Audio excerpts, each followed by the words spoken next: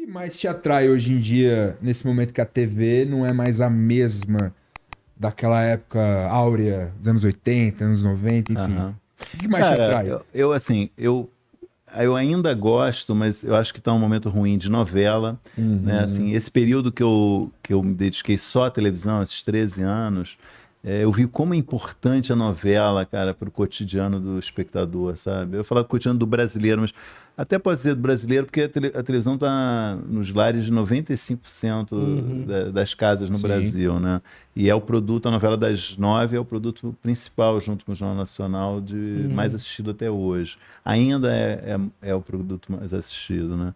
Números são muito inferiores ao que eram na década de 90, números percentuais, mas em números absolutos ainda é muita gente que vê. E eu passei, assim, eu gostava muito de escrever sobre novela, sabe? Porque eu acho que repercute na vida das pessoas, provoca discussões interessantes Cria tendência. cria tendências, provoca discussões sobre a realidade, né? Tem as boas novelas.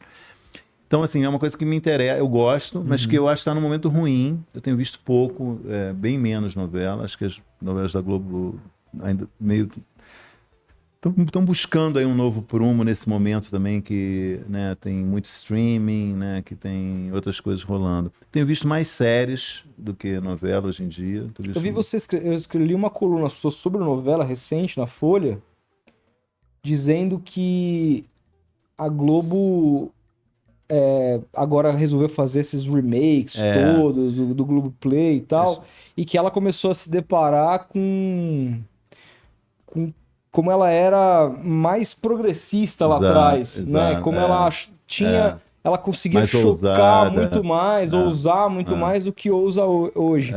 A que você se deve a isso? Será que é pressões, momento polarizado que a gente teve, inclusive com essa extrema direita conservadora nos costumes que, Exato. enfim, Eu acho que isso pesa total.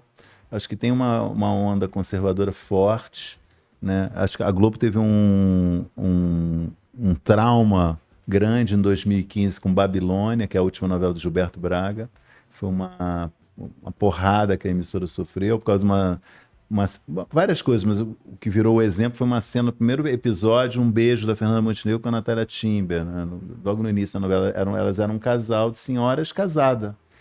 E isso provocou, tipo, frente parlamentar evangélica pedir boicote à Globo. nossa, cara. Foi um negócio assim, provocou uma onda assim conservadora. A Globo mudou o logotipo na novela, que tinha um tom de vermelho no Babilônia, que era associado a demônio. Mudaram a Globo ficou muito assustada com a repercussão. Cortou, o casal nunca mais nem se tocou, as duas personagens, nunca mais teve cena no quarto do casal, das duas. Caramba. E personagens foram remodelados, foram suavizados de outros núcleos. Ou seja, eles mudaram a obra original para agradar a um pouco direita. assustados com a pressão que veio. E eu acho que aí isso é meio um trauma que ainda não foi superado.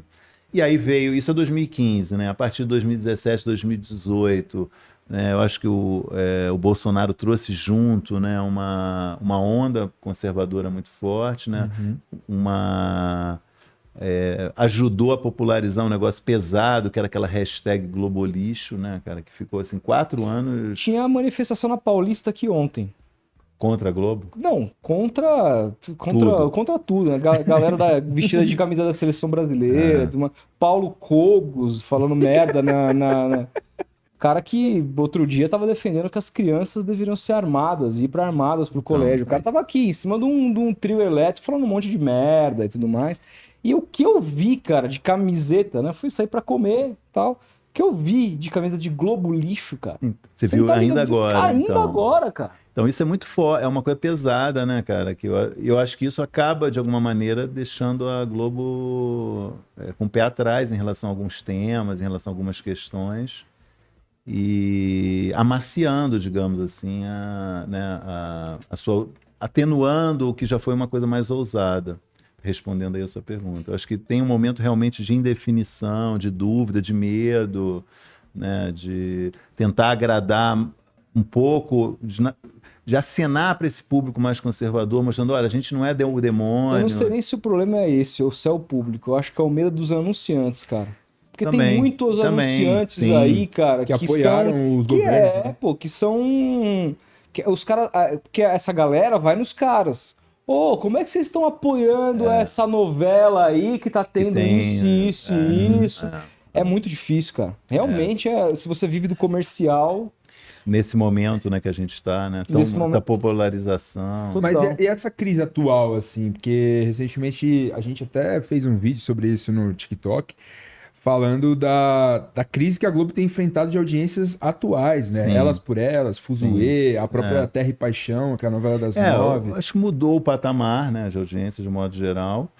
E essas novelas, em especial, não pegaram, Emplacaram. não. Porque você vê, Pantanal foi uma novela que teve uma audiência bem razoável. Deu Terra e Paixão não passou dos 40, dos 30, né? tá. Acho que quando chegou um dia, bateu recorde, chegou em 30. E Pantanal deu uma audiência boa. Então, aí os caras, vamos fazer então um remake de Renascer, que vai ser a próxima. É um risco, né? Não sei se. Enfim, que Pantanal realmente tinha um negócio. Pantanal nunca tinha passado na Globo, né? Pantanal era foi na Manchete, né? Então, assim, tinha muita gente que tinha ouvido falar e tal, tinha até visto, mas não sabia direito. Eu acho que. E é uma novela muito boa. Renascer também é muito boa, mas é uma novela que passou na Globo. Daqui a né? pouco a Globo vai fazer um remake de A Usurpadora do SBT, assim, pra chegar Então, nesse mas nível, hein? Não, se você olhar tanto Netflix quanto agora a própria Globo, estão cheios de novela mexicana. É, cara. E Séries também, né? Séries, É inacreditável. Inclusive, tem toda essa mudança. Eu me lembro quando na faculdade os professores diziam: a TV não vai ser nada do que é daqui 10 anos e tal. E na época, porra, a gente estudava ali nesse mais ou menos a época de 2010, 2014, 2015 ali. Perdão. O streaming era uma coisa que tava Engatinhando. engatinhando. Começou com a Netflix como uma super novidade. Hoje já tem um monte de empresa por aí, etc e tal. Embora alguns tratem o streaming como algo que é mais popular por conta dos seus preços, que são mais baixos, você ainda depende de uma banda larga, Exatamente. que não é todo mundo que tem. Uma Que banda é larga cara, de qualidade que é cara. No Exatamente. Brasil é cara. Mais de 100 Eu acho pau. que o último número recente, que eu acho que é da PNAD, né, que é a Pesquisa Nacional por Domicílio, ou é PNAD, uma pesquisa saiu há menos de um mês. Detectou, acho que 45% dos lares que têm banda larga. Olha só. Né? É muito pouco. Ainda, então. Isso eu acho que é um limitador. E isso é o que garante a permanência da TV aberta no Brasil. Sempre vai, quando vai acabar a TV aberta? Cara, a TV aberta é de graça e tem 95% dos lares. Hoje você põe uma anteninha que custa R$25, R$30, você Não compra tem uma, mais. né? E você pega a TV digital, então você pega HD. 30, 40 canais, um monte de porcaria, mas você pega todos os canais de TV aberta e ainda pega algumas coisas ali de brinde, né? Sim. Eu acho que a TV aberta ainda tem como é que se fala? Para queimar, ainda tem Lenha pra tem queimar. lenha para queimar, obrigado. Ainda tem lenha para queimar e ainda vai rolar, mas de fato está havendo uma migração de investimentos para o streaming que é muito significativa, né? E tem saído muitas coisas boas, né? Tem aparecido muita coisa boa. né? Então, inclusive, eu vejo assim, por exemplo, uma das coisas mais legais que eu vi a Globo fazer não são pra Globo, né? São para o streaming. São né? pro streaming. Você citou, tudo bem, eu acho que até eles chegaram até passar o Galvão Bueno em algum lugar, acho que não sei se foi no Sport TV, onde foi, Mas se foi na foi TV feito pro aberta, streaming. mas foi feito pro streaming. A série a respeito... Tem uma série do Castor de Andrade. Então, essa eu não Maravilhosa. assisti ainda. Incrível. Essa eu tô pra É assistir. incrível Muito essa boa. série. Eu estava assistindo o Eurico, né? Ontem Eu eu ainda não assisti- comecei, eu quero assisti muito ver. Tá o na minha, primeiro episódio, tá na cara. minha lista de. Tá número 1 na minha prioridade. Mas, por exemplo, Cara, a a minha- abertura dessa série é um bagulho.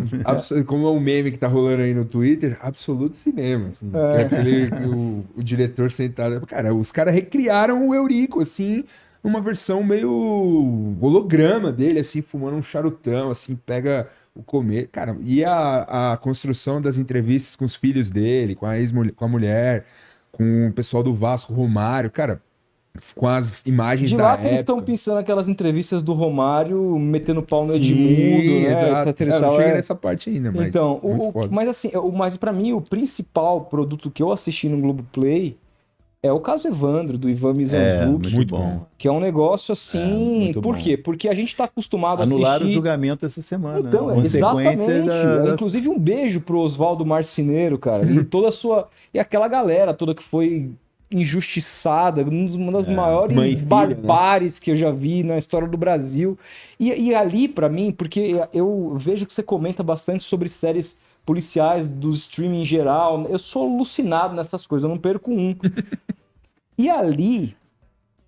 foi uma das poucas que eu estava muito acostumado a assistir às produções norte-americanas desse tipo de material, que são muito boas, as narrativas são muito boas, mas, cara, ali, pra mim, quebrou a quarta parede quando a gente vê que a produção da série, a investigação própria da série fez com que coisas mudassem no rumo da história. Isso é muito importante. E aí eu vi uma crítica sua sobre uma série que surgiu esses dias aí na Netflix que não tem preocupação nenhuma, além de contar a história sem trazer nenhum fato novo, né? Tá ficando meio... tá ficando meio saturado também esse tipo de tema, não tá? Eu acho que entrou num modo automático esse negócio de true crime, chamado true crime, True bem crimes. verdadeiro, né? Tem um exagero, assim. Eu acho que coisa meio de moda, né, cara? Quando uma coisa dá certo, vai todo mundo na mesma direção fazer igual. Preciso ter uma série de true crime, ou o outro também quer. Mas tem outros ramos, né? Eu acho que um ramo que também é muito promissor e está dando muitos frutos é justamente esse ramo que é do esporte, né? Quer dizer, Beckham. Muito boa série, cara. É incrível a série do Beckham. Incrível, né? cara. Eu comentei até escrevi e depois comentei com uma pessoa da Netflix que, assim, uma coisa do documentário... com a diferença de um documentário com muito orçamento e um documentário com baixo orçamento. Né? Um documentário com baixo orçamento, que eu já fui até entrevistado em alguns, é o seguinte: você vai, aí o cara te entrevista sobre todos os assuntos que vão ser tratados naquele documentário. Todos. Os que você conhece, os que você não conhece, os que você sabe, os que você não sabe. Aí, você se vê na obrigação de dar palpite sobre tudo. E aí acontece, e às vezes te cortam, mas às vezes você vê um cara até que eu conheço, em documentário policial aconteceu isso, o cara aparece o documentário inteiro, em 6 episódios, falando sobre tudo, né, cara? Tudo bem, mas uma hora você cansa, mas só tem esse cara de entrevistado, né? E o documentário do Beckham é o oposto, cara.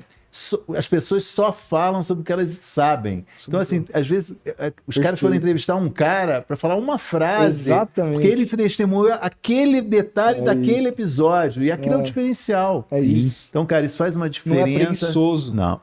Acho que tem grana, né, Tem cara? grana. Porque eu acho que custa caro fazer. Né? Não é que eu nunca ganhei nada para falar, mas eu acho que é uma diária a mais, tem um custo, cada entrevista tem um custo para quem está fazendo o documentário, né? Mas eu acho que é um ramo que eu acredito muito nesse ramo do documentário, dos documentários de esporte, tem sido coisas muito boas, né? Aquela série inglesa, está na Netflix da queda daquele time para O Sunderland. o Sunderland. Sunderland Till I Die. É maravilhoso. A série Botafogo Acesso, cara. Não sei se vocês assistiram. Não, essa não. Que é do Globoplay. É uma série incrível, cara. Que é justamente... O Botafogo abriu o ano da Série B. Fez. Cara, mas tem mais bastidor ainda. Vai ser um nível de acesso que eu acho que nunca deram.